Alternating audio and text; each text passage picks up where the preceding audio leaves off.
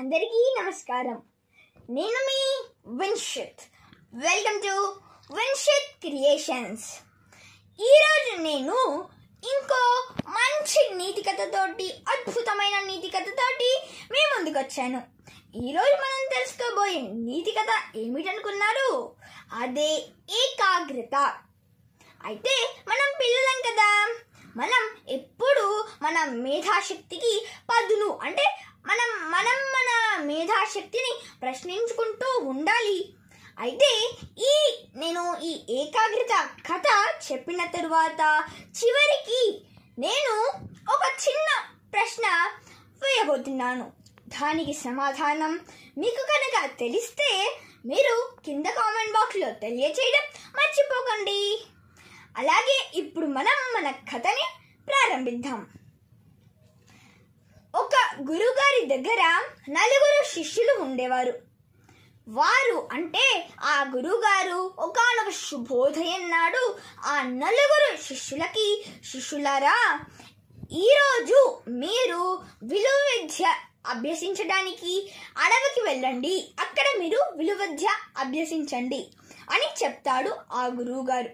అప్పుడు సరే గురువుగారు అని చెప్పి ఆ 4 శిష్యులు అడవికి వెళ్తారు.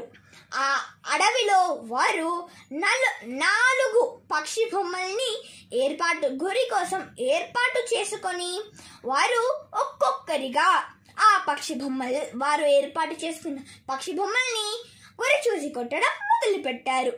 అలా మొదటి వాడైతే, అబ్బా ఈ అడవి ఎంత విశాలంగా ఉంది అని అడవిని పొగుడుతూ ఆ విషయం ఆలోచిస్తూ తన దగ్గర ఉన్న పక్షి బొమ్మని గురి చూసి కొట్టాడు. అయితే ఆ పక్షి బొమ్మ గురి చూసి కొట్టలేకపోయాడు, అంటే విఫలమయ్యాడు ఆ మొదటివాడు. అప్పుడు రెండవ వాడు, అబ్బా ఈ అడవి ఇలాంటి పచ్చదనమైన అడవి, మేము నివసించే మహానగరంతో పోలిస్తే ఆ మహానగరం ఎందుకు పనికిరాదు అనే విషయం ఆలోచిస్తూ తన గురి చూసి కొట్టసాగాడు. అయితే తను కూడా విఫలమైపోయాడు. మూడవ వాడు, అబ్బా ఈ అడవిలో ఉన్న పూలైతే నాకైతే ఎంత సువాసన కలిగిస్తున్నాయో అనే విషయం ఆలోచిస్తూ తను గురి చూసి కొట్టసాగాడు. అయితే తను కూడా విఫలమైపోయాడు. నాలుగవ వ్యక్తి, అబ్బా ఈ అడవిలో ఉంటే స్వర్గంలో ఉన్నట్టుంది, కాబట్టి మనం వచ్చిన పనిని తొందరగా పూర్తి చేసుకొని ఈ అడవంతా ఒక్కసారి చుట్టూ రావాలి అని అనుకుంటూ తను బలాన్ని గురి చూసి కొట్టాడు. అయితే తను కూడా విఫలమైపోయాడు. ఈ విషయాలన్నింటినీ గమనిస్తున్న ఆ దారిలో వెళ్తున్న ఒక ఆటవికుడు గమనించి అని నవ్వసాగాడు. ఆ నవ్వు విన్న ఈ 4 శిష్యులు కోపంతో అవమానంగా అనిపించి ఆ ఆటవికుడితోటి, ఆటవిక మమ్మల్ని చూసి నువ్వెందుకు నవ్వుతున్నావు? మాకు ఇప్పుడు అర్థమైంది, ఎందుకంటే మేము ఆ పక్షి బొమ్మల్ని గురి చూసి కొట్టలేకపోయాం కదా, అందుకేనా నువ్వు మమ్మల్ని చూసి నవ్వుతున్నాం? అయితే మేము కొట్టలేకపోయాం, కానీ నువ్వు కొడతావా అని అంటారు కోపంగా ఆ 4 శిష్యులు. అప్పుడు ఆ ఆటవికుడు సరే అని విల్లు ఎక్కుపెట్టి వారు కొట్టిన పక్షుల్లో ఒక పక్షిని గురి చూసి కొట్టాడు. తను ఏ విషయం ఆలోచించకుండా తన ఏకాగ్రత అంతా తను కొట్టే ఆ పక్షి మీదనే ఉంచి తను ఆ పక్షిని కొట్టసాగాడు. తను ఏకాగ్రతతోటి చేసి తను విజయం సాధించాడు. అప్పుడు ఆ విషయాన్ని గమనించిన ఆ 4 శిష్యులు ఆ ఆటవికుడితోటి ఇలా అన్నాడు, ఓ ఆటవిక, నీకు మంత్రతంత్రాలు ఏమైనా తెలుసా అని అన్నారు. అప్పుడు ఆటవికుడు, నాకేమీ తెలియవు అన్నారు. అప్పుడు ఆ 4 శిష్యులు ఏమన్నారంటే, ఆటవిక, నీకు ఏమి మంత్రాలు తంత్రాలు ఏమి తెలియవన్నావు, కానీ నువ్వు ఈ పక్షిని ఎలా గురి చూసి కొట్టగలిగావు అని అంటారు. అప్పుడు మళ్ళీ మేమెందుకు కొట్టలేము అని అన్నారు ఆ 4 శిష్యులు. అప్పుడు ఆటవికుడు ఏమన్నాడంటే, ఇదిగోండి, మీరు వేరే విషయం ఆలోచిస్తూ ఇలా గురి చూసి కొట్టారు. కాబట్టి వేరే విషయం పైన ఏకాగ్రత పెట్టి ఈ విషయం పైన ఆ ఏకాగ్రతని చూపించకుండా మీరు ఆ బాణాన్ని గురి పెట్టారు. అయితే దానికి మీరు విఫలమయ్యారు. కానీ నేను ఏకాగ్రతగా నా మనసంతా ఈ విషయం మీద ఆలోచించకుండా నా మనసంతా నేను కొట్టే పక్షి మీదని ఉంచి నేను కొట్టాను. కాబట్టి నేను విజయాన్ని సాధించగలిగాను. కాబట్టి మీరు కూడా ఏ పని చేయాలనుకున్నా ఆ పని మీద పూర్తి ఏకాగ్రతతోటి ఆ పని చేస్తే మీరు మీ లక్ష్యాన్ని చేరుకోవడమే కాదు, మీ లక్ష్యాన్ని సాధించగలుగుతారు అని చెప్తాడు ఆ ఆటవికుడు. అలా చెప్పి వెళ్ళిపోతాడు.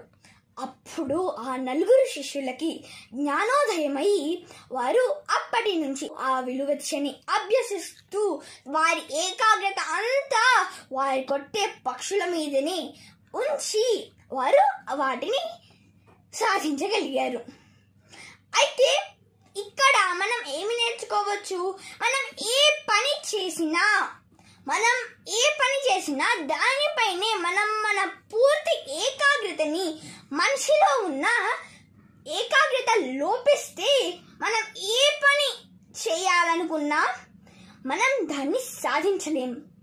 అయితే ఇప్పటి నుంచి మనం ఏ పని అయితే మనం చేయాలనుకుంటున్నామో ఆ పని మీద మన పూర్తి ఏకాగ్రతని ఆ పని మీదనే పెట్టి మనం ఆ పనిని చేస్తే మనం మన లక్ష్యాన్ని చేరుకోవడమే కాకుండా లక్ష్యాన్ని సాధించగలుగుతాం అనేది మనం ఈ కథ ద్వారా తెలుసుకున్నాం. అయితే మనం పిల్లలం కదా, అయితే మన అమ్మ చెప్తుంది చదువుకోమని, రేపు పరీక్ష ఉంది చదువుకోమని చెప్తుంది కదా.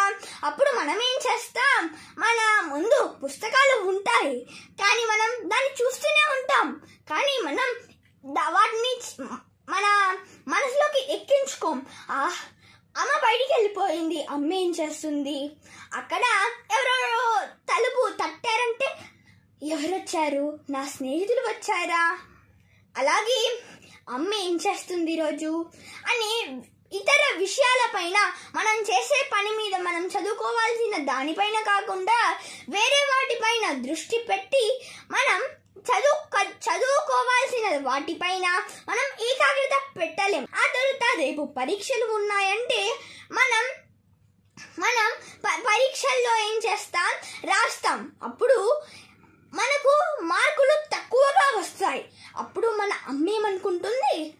అయ్యో, మా పిల్లగాడైతే మంచిగానే చదివాడు కదా, పరీక్షకి కావాల్సిన చదువంతా చదువుకున్నాడు, కానీ తను ఎందుకు రాయలేకపోయాడని అనుకుంటారు మన అమ్మ నాన్నలు.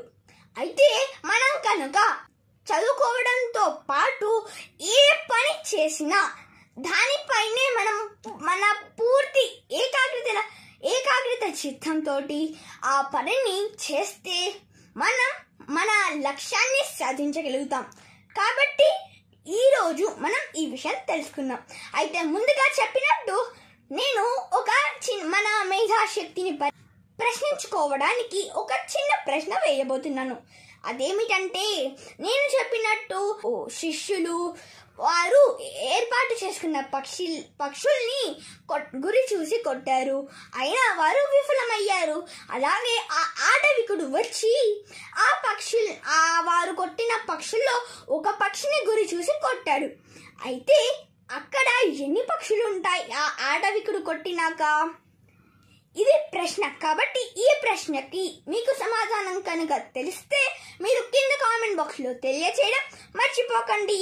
అలాగే ఇలాంటి మరికొన్ని ప్రశ్నలు, మరికొన్ని కథలు, నీతి కథలు, పురాణాల గురించి, పురాణ కథలు, శ్లోకాలు కనుక మీకు కావాలి అంటే నా ఛానల్ని లైక్ చేసి, షేర్ చేసి, సబ్స్క్రైబ్ చేయండి. అలాగే నా వీడియోస్ మీద మీ విలువైన అభిప్రాయములను కింద కామెంట్ బాక్స్లో తెలియచేయడం మర్చిపోకండి.